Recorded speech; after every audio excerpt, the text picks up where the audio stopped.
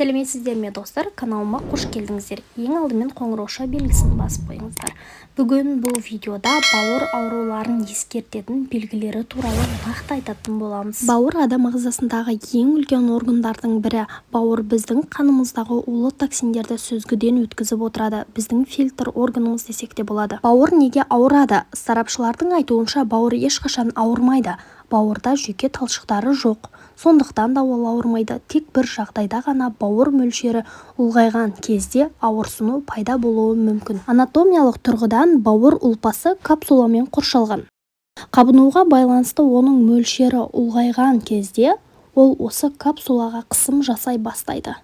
Ал капсулада ауырсыну кезінде сезілетін жүйке талшықтары бар, яғни капсула созылған кезде бауырда ауырсыну пайда болады. Бауырдың ұлғайғаны соншалықты біз оны қолымызбен ұстап та сезе алады екенбіз. Алкогольдік ішімдіктерді шамадан көп тұтыну бауыр циррозына алып келуі мүмкін. Ол ең соңында адамның өлімімен де аяқталады. Бауыр ауруының ең бірінші белгісі оң жақ қабырға астында ауырсыну пайда болады. Бауыр ауруында жиі кездесетін тағы бір белгілердің бірі ол көздің және шырышты қабаттың сарғаюы. Бауырдың 75% қабынған кезде де адам өзін жайлы сезінуі мүмкін. Біз жейтін тамақтарымызға, ішетін дәрі-дәрмектерімізге аса қатты назар аударуымыз керек. Дәрідегі улы заттар, тамақтағы майлы заттардың барлығы бауырға май басу бауыр циррозына алып келеді. Екінші белгісі шаршағыштықтың созылмалы сезімі.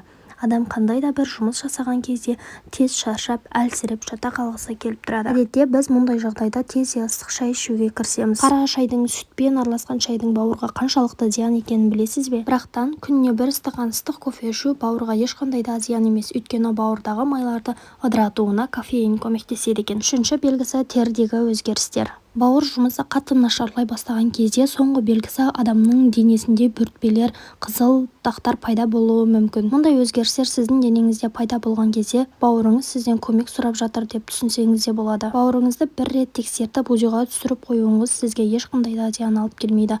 Бауырыңыздың денсаулығын сақтаңыз. Жоғарыда айтып өткендей, бауырымыздың ауырғанын біз ешқашан да білмей өтуіміз де мүмкін. Біздің жеген тамақтарымыз, ішкен дәрі-дәрмектеріміздің арқасында біздің бауырымыз уланып, май басып, бауыр ауруларына, бауыр циррозына алып келуі мүмкін. Қолтықта немесе алақанда да пигментті дақтар пайда болуы мүмкін. Денеден жағымсыз иістің шығуы да осы бауырдың дұрыс жұмыс жасамауынан. Тағы бір белгісі бұл денемізде қышыманың пайда болуы. Мұндай кезде дәрігердің көмегіне жүгінуді ұмытпаңыз. Достар, бүгінгі видео сіздерге пайдалы ақпарат алып келген болса, лайк басып, комментарий жазып кетуді ұмытпаңыздар.